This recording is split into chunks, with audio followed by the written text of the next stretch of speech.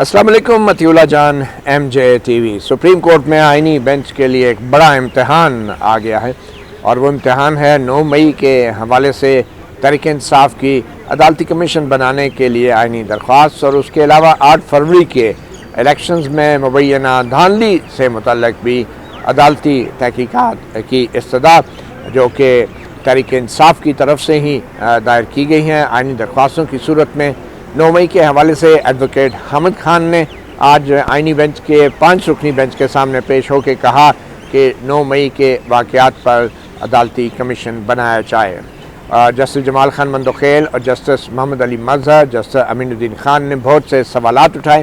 ख़ास तौर पर कहा कि 9 मई के वाक़यात के ऊपर मुख्तलिफ मुकदमात ट्रायल कोर्ट के सामने भी ज़ेर समाअत हैं, अपीलों में भी पड़े हैं, सुप्रीम कोर्ट के सामने भी अलग से आए हैं।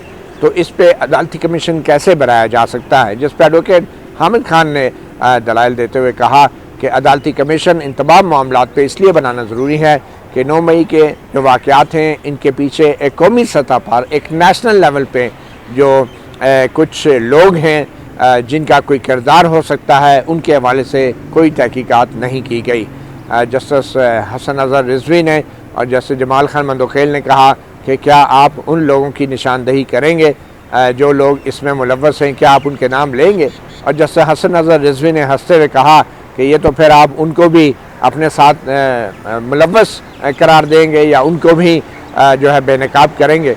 और मगर आज के इस तमाम समाअत के बाद जस्टिस अमीनुद्दीन खान ने अपने साथी जजों से मशावरत के बाद 9 मई के वाक़े पे अदालती कमीशन बनाने के मसले को डेट इन ऑफिस कर दिया है और मज़ीद दस्तावेज़ात तलब की हैं एडवोकेट हामिद खान से और अब यह समाअत दोबारा गैर मुअय्यना मुद्दत के लिए मुलतवी कर दी गई है।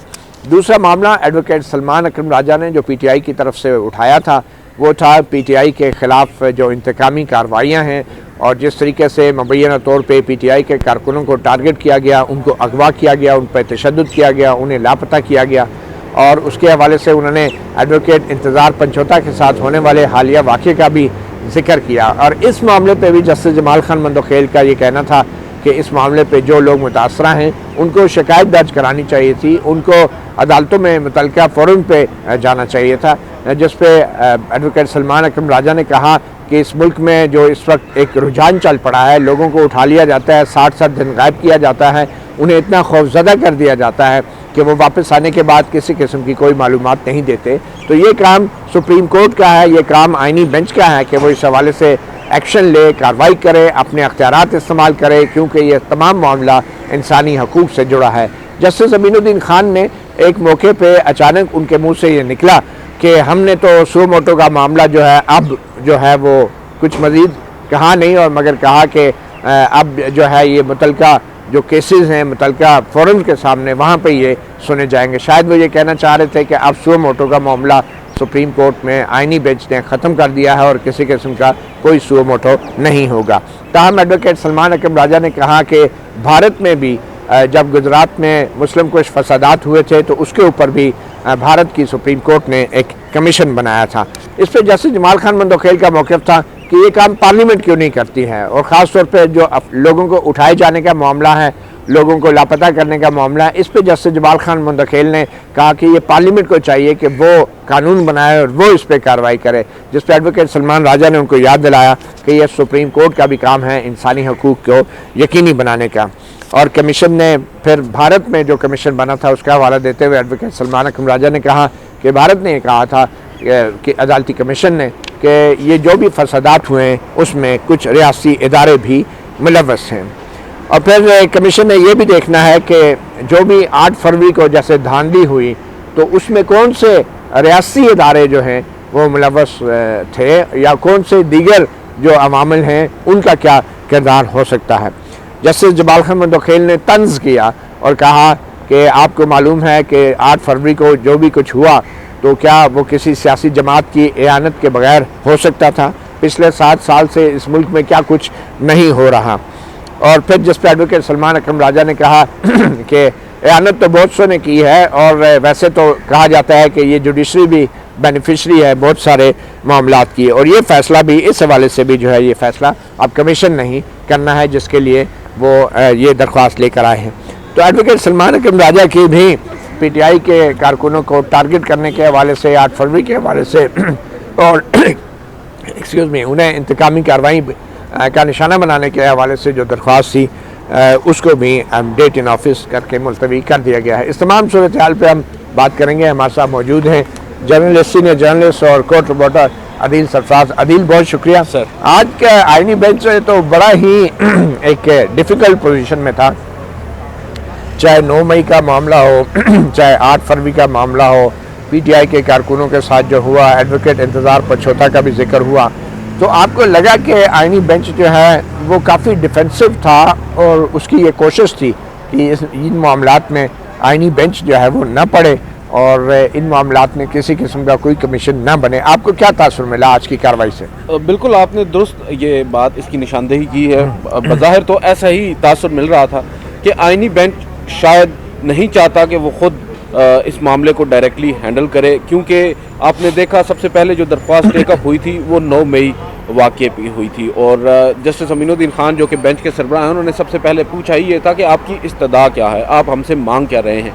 उन्होंने जो रेलेवेंट पार्ट था, क्योंकि एक मसला फौजी अदालतों का था जो ऑलरेडी इम्प्यून्ड है, उन्होंने कहा कि इस वक्त हमारा मुतालबा आपसे सिर्फ यही है कि सुप्रीम कोर्ट जो है वो एक कमीशन तश्कील दे, सुप्रीम कोर्ट के जजेस पर मुश्तमिल जो तहकीकात करें 9 मई के वाक़े की। उस पर मैं तो ये कहूँगा, अगर गलत नहीं है तो आज आईनी बेंच ने हाथ खड़े कर दिए हैं, एक तरह से तारीख देकर मामले को तूल देने की कोशिश की है, जबकि हामिद खान साहब से आज जो सवालात हुए हैं वो भी बड़े इर्रेलेवेंट थे। बार बार आपने देखा जो सवालात, चाहे वो जस्टिस जमाल मंदोखेल हों, जस्टिस मुसर्रत लाली हों, इवन जस्टिस मोहम्मद अली मज़र और जस्टिस अमीनुद्दीन खान, इन तमाम के जो सवालात थे वो इंडिविजुअल पर्सन से मुतालिक थे कि भाई किसी शख्स ने क्या कोई दरख्वास्त दायर की है, किसी शख्स ने क्या कोई कंप्लेंट दायर की है। ये उस तरह के जो आर्गूमेंट थे या सवालात थे जिनसे तासर ये मिल रहा था कि ये बेंच इस मामले की जो वेरासिटी है उसको शायद नहीं समझ पा रहा या समझना नहीं चाह रहा। 9 मई को जो वाक़या हुआ है वो छोटा सा वाक़या नहीं है, एक बहुत बड़ा सान्या है और अभी तक ये डिटरमिन नहीं हो सका कि असल जिम्मेदार कौन है। हामिद खान साहब ने बड़ा राइटली यहाँ पर एक बात कही कि भाई अभी तक सिर्फ एक साइड का वर्जन आ रहा है, ठीक है, और एक पर्टिकुलर पॉलिटिकल पार्टी है पाकिस्तान तहरीक इंसाफ, उसे टारगेट किया जा रहा है, उसके सरबराह के ऊपर भी केसेस बनाए जा रहे हैं। और उन्होंने यहाँ पर बड़ी अहम बात की, उन्होंने कहा कि 9 मई को जब ये तमाम तर वाक़े हुए उसकी एक बुनियाद थी कि 9 मई को इमरान खान साहब हाई कोर्ट में इस्लामाबाद में पेश हुए, उनकी बायोमेट्रिक हो रही थी, गैर कानूनी तरीके से गिरफ्तार किया गया, जो भी एक एपिसोड थी उन्हें गिरफ्तार कर लिया गया और 11 तारीख को उन्हें सुप्रीम कोर्ट में पेश किया गया। इस दौरान 9 और 10 मई के वाक़यात हो चुके थे। जब इमरान खान साहब से पूछा जस्टिस उमर बंदयाल की सरबराही में 3 रुकनी बेंच ने, तो उन्होंने लातालुकी का इजहार किया और हैरानगी का इजहार किया कि मुझे तो मालूम ही नहीं है, मैं तो अंदर इनके पास कस्टडी में हूँ, मुझे तो पता ही नहीं है क्या हुआ है, क्योंकि वो चाह रहे थे कि आप मजम्मत करें। उन्होंने कहा कि मैं अफसोस का इजहार कर रहा हूँ, मुझे नहीं मालूम था कि ये सब कुछ हुआ है और अगर जो भी जिम्मेदारान है और उन्होंने ऐसा किया है जैसा बताया जा रहा है तो उनके खिलाफ कार्रवाई होनी चाहिए। तो हामिद खान साहब ने कहा कि जिस शख्स को आपने मुर्द इल्ज़ाम ठहराया है वो शख्स तो उस रोज़ बाहर था ही नहीं, किस कैपेसिटी में वो ये सब कुछ कर सकता था। लिहाजा उसने, क्योंकि ये दरख्वास्त इमरान खान साहब की है, इमरान खान साहब ने उस वाक़े के फौरन बाद ये दरख्वास्त सुप्रीम कोर्ट में दायर की थी कि भाई 25 मई को, बिल्कुल 25 मई को हम पर ये इल्ज़ाम आ रहा है कि हम लोगों ने शायद ये सब कुछ किया है। बेसिकली ये तय होना है कि ये फॉल्स फ्लैग था, क्या था, इसके ऊपर आप कमीशन बनाएं और कमीशन ये डिटरमिन करे कि जिम्मेदार असल कौन थे, क्या अंदर से सहूलतकारी हो रही थी, क्या कोई इदारे भी मुलव्विस थे। अच्छा अदील, ये देखे ना कि इमरान खान की तरफ से 25 मई को ये आईनी दरख्वास्त सुप्रीम कोर्ट में आ गई और मेरे ख्याल में इसी दौरान ही फौजी अदालतों की तहवील भी शुरू कर दी गई। जी। और आज 25 मई को दायर कर 27 मई को उन्होंने की थी, लेकिन 25 मई 2023 की ये बात है और सुप्रीम कोर्ट जो है अब जाके इस केस को आगे बढ़ा रही है और इस पर शायद एक ही हियरिंग हुई है। इससे कबल सर एक जब आईनी बेंच बना था उसने तकरीबन 3 हफ्तों के बाद ये तमाम केसेस एक साथ मुकर्रर किए थे, जो आज भी एक साथ हुए हैं और उन पर नोटिस कर दिए थे। कुछ पर एतराज़ात थे, उनको दूर करने का कहा था और कुछ पर नोटिस कर दिए थे और आज जो पहली समाअत हम कह सकते हैं आज आईनी बेंच ने बाकायदा तौर पे जी। तो खुद सुप्रीम कोर्ट ने इतनी ताख़ीर कर दी और आज जस्टिस मुसर्रत लाली भी कह रही थी, जस्टिस अमीनुद्दीन भी और जस्टिस जमाल खान मंदोखेल भी, कि अब तो बहुत से केसेस नीचे चल रहे हैं। अगर 25 मई को सुप्रीम कोर्ट ये टेकअप कर लेती अर्जेंट बेसिस पे पब्लिक इंटरेस्ट का बुनियाद के ऊपर, तो आज ये केसेस दर्ज ना होते। मगर इसके बावजूद भी मैं समझता हूँ कि वो जो शराब की, सॉरी अभी हाँ। बात काट रहा हूँ, आप यहाँ पर कवर करते थे जब शराब की बोतल पर भी आज खुद नोटिस लिया जाता एग्जैक्टली इससे बड़ा वाकया, इससे बड़ा सानिया खुद हमारे इदारे, खुद हमारी हुकूमत, पूरी हमारी रियासत समझती है कि नहीं हुआ पाकिस्तान की तारीख में। और इस एक वाकये पर हमारी अदलिया का ये आलम है, जब 26वीं आईनी तरमीम भी नहीं आई थी, 100 मोटो तक नहीं ले सके। 100 मोटो छोड़ दे, दरख्वास्तें आई हैं, आपने उन दरख्वास्तों को टेकअप नहीं किया। तो बज़ाहिर वो जो आज बात हुई है, अभी आप इंट्रो में भी कर रहे थे कि बेनिफिशरी तो बहुत से हैं, तो उनमें अदलिया भी आती है फिर। अच्छा, दूसरा अदील बात यह कि बार बार जजों की तरफ से कहा जाता है कि अब तो ये मामला ट्रायल कोर्ट में है। देखिए, ट्रायल कोर्ट में जो मामलात हैं वो इनफरादी हैं, वो इंडिविजुअल हैं कि ये शख्स, इसने झंडा उठाया था, इसने गेट तोड़ा, ये दीवार फलांगी, इसने मोर चोरी किया, इसने टीवी सेट तोड़ा, इसने स्ट्रॉबेरीज खा ली, वो तो एक इंडिविजुअल के जो कमीशन है उसका मकसद तो बुनियादी तौर पे ये जानना है कि ये सारी जो सूरत हाल पैदा हुई, क्या इसके पीछे कोई रियासती इदारे भी मुलव्वस थे इस साजिश में, क्या ये कोई फॉल्स फ्लैग ऑपरेशन था। ये सारी चीज़ें जानने के लिए तो कमीशन ने काम करना है। मगर मुझे लगता है कि जजेस की समझ में ये बात नहीं आ रही कि ये जो 9 मई के जो केसेस है नीचे, ये इंडिविजुअल्स के खिलाफ हैं। ये इदारों के हवाले से कोई भी किसी किस्म की तहकीक नहीं हो रही कि क्या कोई इदारा भी इसमें मुलव्वस था या नहीं था, और क्या सियासी जमात बतौर एक जमात उसमें मुलव्वस थी या नहीं थी। उस लेवल पे कोई तहकीकात नहीं हो रही, सिर्फ इंडिविजुअल्स का, इसने दीवार फलांगी, इसने चोरी की, इसने टीवी सेट तोड़ा, इसने कुर्सी उठा ली, तो ये इस किस्म की ट्रायल हो रहा है। एक वजह ये भी हो सकती है कि ये जो पर्टिकुलर बेंच है सर, अब तो ये 5 रुकनी था आज, मगर 7 रुकनी बेंच जिसमें ये 5 जजेस भी शामिल हैं, वो ऑलरेडी इसी से जुड़ा एक दूसरा मुकदमा सुन रहे हैं, वो है मिलिट्री कोर्ट्स में ट्रायल का। और ये भी हो सकता है मुमकिन तौर पर, क्योंकि जजेस साहिबान के जो आज की ऑब्जर्वेशंस हैं उनसे नजर यही आ रहा है कि उस केस का भी क्या नतीजा होने जा रहा है। मगर मिलिट्री कोर्ट में जो ट्रायल हो, बेंच के सामने ये केस आना नहीं चाहिए था। मैं जो जिस पॉइंट पे आना, मेरा नहीं ख्याल, मेरे ख्याल में मिलिट्री कोर्ट में जो भी हकायक सामने आए हैं, जो इल्ज़ामात सामने आए हैं, जो मुल्ज़मान सामने आए हैं, उनका कमीशन की तहकीकात से कोई ताल्लुक बनता नहीं है। नहीं बनता, बिल्कुल। उसकी वजह ये है कि मिलिट्री कोर्ट के अंदर ये तो नहीं डिस्कस हो रहा ना कि क्या कोई इदारे के लेवल पे ये चीज़ें हो रही थी, क्या कोई साजिश थी, कोई कंस्पिरेसी थी। उस मिलिट्री कोर्ट में तो ये चीज़ें नहीं डिस्कस होंगी, ना ही कोई एविडेंस देगा अपने दिफा में कोई इस तरह का कि जिसमें इदारे इन्वॉल्व हो जाएं, या जिसमें ये जानने की कोशिश की जाए मिसाल के तौर पे कि सिक्योरिटी फोर्सेस ने क्यों नहीं रोका, और फिर या फिर जो कोर कमांडर हैं लाहौर के, जिनको हटाया गया बाद में, उनका भी बयान रिकॉर्ड किया जाता कि भाई आपने क्या क्या कोशिश की रोकने की, सर यही सवाल जो आप तो ये काम तो कमीशन ने करने ना, ये कोई फौजी अदालत के किसी कर्नल मेजर ने तो नहीं करने, ना ही किसी सेशन जज ने करने। ये सवाल जो आप उठा रहे हैं, ये जस्टिस हसन अजहर रिजवी, जस्टिस जमाल मंदोखेल रोजाना की बुनियाद पर उस केस में भी पूछ रहे हैं। तो ये once and for all issue, आपने बड़ी दुरुस्त बात की, निशानदेही की कि ये हल तो यहाँ ही होगा कि एक कमीशन बने और एक ब्रॉडर पर्सपेक्टिव उसका सामने आए कि भाई ये असल में हुआ क्या है। एक वो कहते हैं ना ड्रोन शॉट जो होता है, ऊपर से देखें इसको कि यहाँ से पूरा जो वाकया हुआ है, इसके पीछे असल वजूहात क्या थी और कौन कौन इसमें शामिल था। अब इंडिविजुअल कैपेसिटी में अगर आप सवाल उठाएंगे तो फिर मैं समझता हूँ कि ये मामला आगे नहीं बढ़ेगा, और यहाँ पर अब अदलिया को ये किरदार अदा करना है।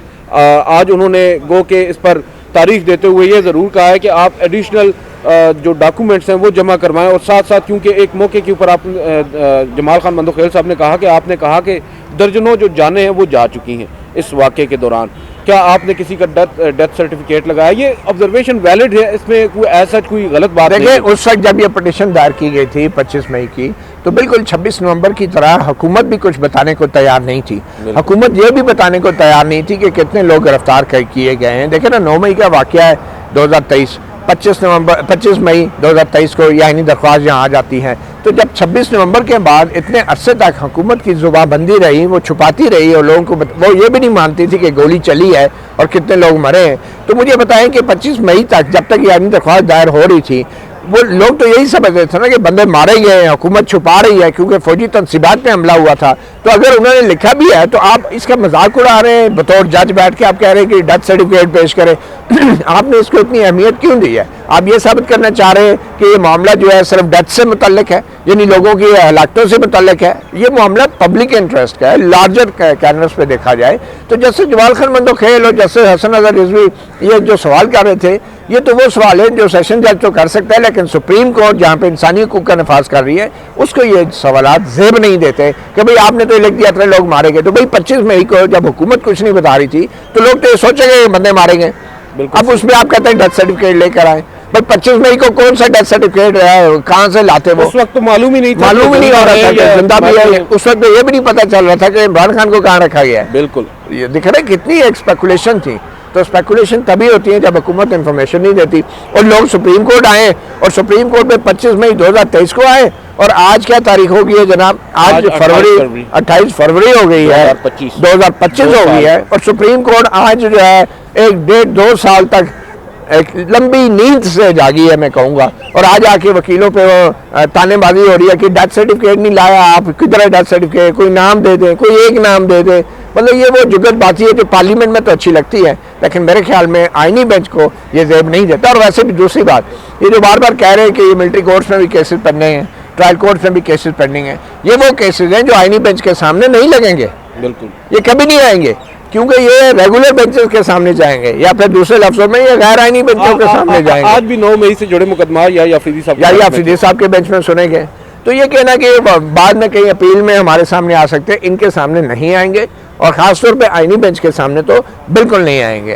तो मेरे ख्याल में वो मामला ही टोटल डिफरेंट होगा, उसका एविडेंस ही डिफरेंट है, इल्जाम ही डिफरेंट है, चार्जशीट ही डिफरेंट है। जबकि कमीशन के माजी के कमीशन का भी हवाला दिया गया, कोटा कमीशन का हवाला दिया गया और मेमो कमीशन का हवाला दिया गया। ये एडवोकेट हामिद खान ने मेमो कमीशन का भी शायद शुरू में ही हवाला दिया था, वो उन्होंने भी दिया, एडवोकेट सलमान अकरम राजा ने बल्कि दिया, वो तो पेश भी हुए थे उसमें। हाँ एग्जैक्टली। और उन्होंने कहा ये मेमो कमीशन भी जो बना, अब देखे ना मेमो कमीशन भी जो बना उस वक्त भी सुप्रीम कोर्ट कह सकती थी कि भाई वो जो एबटाबाद का जो पटवारी है उसके खिलाफ कार्रवाई शुरू हो गई है, थानेदार के खिलाफ पर्चा कट गया है गफलत का, वो सस्पेंड हो गया है, तो हमें क्या जरूरत है कमीशन बनाने की? तो जो मुलव्वस लोग थे, डॉक्टर शकील आफरीदी के खिलाफ जो है वो मुकदमा आज भी तक दर्ज है, जासूसी का उनके ऊपर इल्जाम है, ऑफिशियल सीक्रेट एक्ट के तहत मुकदमा दर्ज है। तो फिर उसके सब के बावजूद कमीशन बनाया गया था। बिल्कुल ऐसे। तो मगर अब की बार जो है, अच्छा दूसरा जैसे हसन नजर रिजवी ने एक अच्छी मिसाल दी कि निश्चित पार्क के वाक़े के हवाले से उन्होंने कहा कि वहाँ पे 60-70 लोग मारे गए थे, लेकिन उसके बावजूद उससे भी कमीशन बना था। और उन्होंने ये माना इस बात को कि बहरहाल कमीशन बन सकता है, नीचे जो भी वाक़या हो जाए, जिस किस्म की फौजदारी कार्रवाई हो या केसेस हो, लोग गिरफ्तार हो, कमीशन बन सकता है। और मगर साथ उन्होंने ये कहा कि इसका भी फैसला जो है वो बहरहाल अदालत नहीं करना, जिसमें सलमान अकरम राजा ने कहा कि बिल्कुल आप इसका फैसला करें और इसीलिए हम आपके सामने आए। बेसिकली जो पिटिशनर हैं सर यहाँ पर, उनकी एक प्रेयर है, वो ये कह रहे हैं कि डिटरमिन किया जाए कि असल हुआ क्या है, वाक़े के पीछे असल मुहर्रिकात क्या हैं और जो कुछ हुआ है क्या जिस तरह पेश किया जा रहा है ऐसे ही हुआ है। ये चीज़ें एज पब्लिक नॉलेज में आनी चाहिए एक कमीशन की रिपोर्ट की फाइंडिंग की सूरत में, और उसके बाद अदालतें जो फैसले करती हैं वो इंडिविजुअल कैपेसिटी में करती रहेंगी। और जाहिर बात है असरअंदाज तो होगा वो कमीशन, उसकी फाइंडिंग्स। हमने देखा माजी में बहुत से कमीशन आए हैं, कोयटा कमीशन का हवाला दिया गया, काजी फायद ईसा पर मुश्तमिल बनाया गया था, और इसी तरह आपने बहुत से कमीशन का।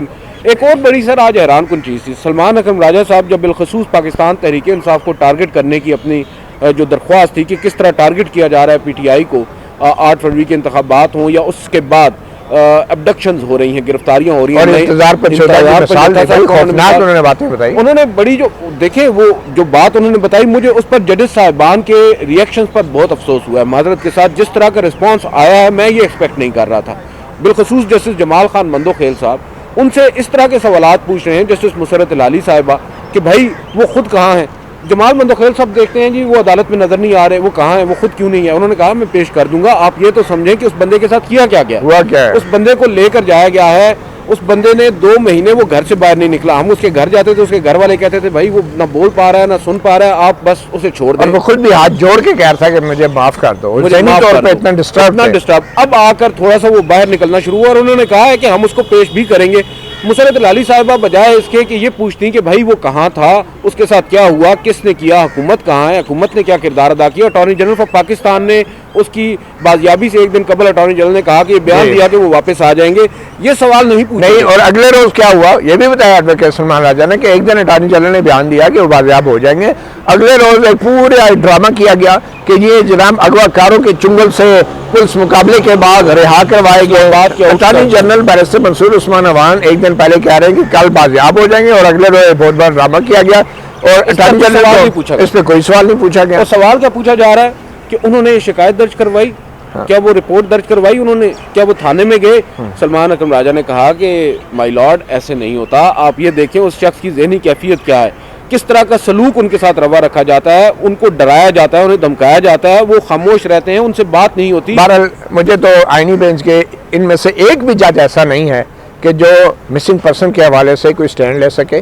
और ख़ास तौर पे जब जस्टिस जमाल खान मंदोखेल ने कहा कि ये तो पार्लियामेंट को देखना चाहिए ना भाई, एक बंदा अगवा हुआ है, एक बंदा को तशद्दुद हुआ है, वो वापस आया है, सुप्रीम कोर्ट को चाहिए कि उसको तलब करे, अभी बुलाए 2 घंटे में, बताए वो किधर से किसने अगवा किया, बुलाए ISI को, बुलाए MI को, बुलाए हुकूमत को, ये कैसे बंदा अगवा हुआ है शायरी। इधर आईनी बेंच कह रहे थे आप उधर रिपोर्ट दर्ज करें, आप जैसे वो सरकारी इदारों में नहीं चले जाते, एक फाइल क्लर्क के पास जाती है, क्लर्क कहता है जी उधर चले जाते हो उस दफ्तर। ये हमारी सुप्रीम कोर्ट है, ये हमारा आईनी बेंच है। मुझे इनसे इसलिए कोई तवक्को नहीं है अदील कि ये वो आईनी बेंच है, ये वो जजेस हैं कि जो अपने इस्लामाबाद हाई कोर्ट के जजेस के साथ जो कुछ हुआ इतना शर्मनाक हुआ, ये तो उनके साथ नहीं खड़े हुए, ये बेचारे एक वकील इंतजार पचौदा के साथ क्या खड़े होंगे। इनकी तो मैं समझता हूँ इतना अख्तियार नहीं है।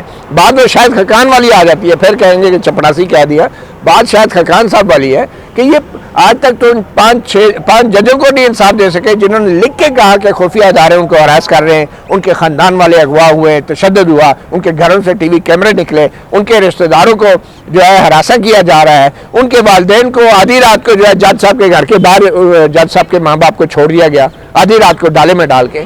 तो ये तो उन जजों के साथ नहीं खड़े हुए, ये किसी वकील के साथ क्या खड़े होंगे। इनसे कोई आप उम्मीद जो है मुझे कम से कम नहीं। कल के वाक़े पर भी बात हुई है जो कल यहाँ पर वकला के होटल में हुआ है, दफ़ा 144 के नफाज और उसके ऊपर, और वो कह रहे हैं कि आप उसको चैलेंज क्यों नहीं कर रहे। भाई आप कॉन्स्टिट्यूशनल कोर्ट हैं, आपके सामने ये मुद्दा आ चुका है, आप अभी उसके ऊपर प्रीएम्प्टिव किस्म का ऑर्डर दे दें। वो ये बात आपसे कह रहे हैं मगर आप नहीं करेंगे क्योंकि आप कह रहे हैं कि पहले उसको चैलेंज किया जाए, इस दौरान जो गेम डलनी है वो तो डल जाएगी। बहरहाल वो मिसरा मुझे याद आ जाता है कि ये मुंसफ खुद ही कैदी है, हमें इंसाफ क्या देंगे। क्या बात है। बहुत शुक्रिया आदिल सफार, मतीउल्लाह जान MJ TV से इतना ही, इजाज़त दीजिए, अल्लाह हाफ़िज़।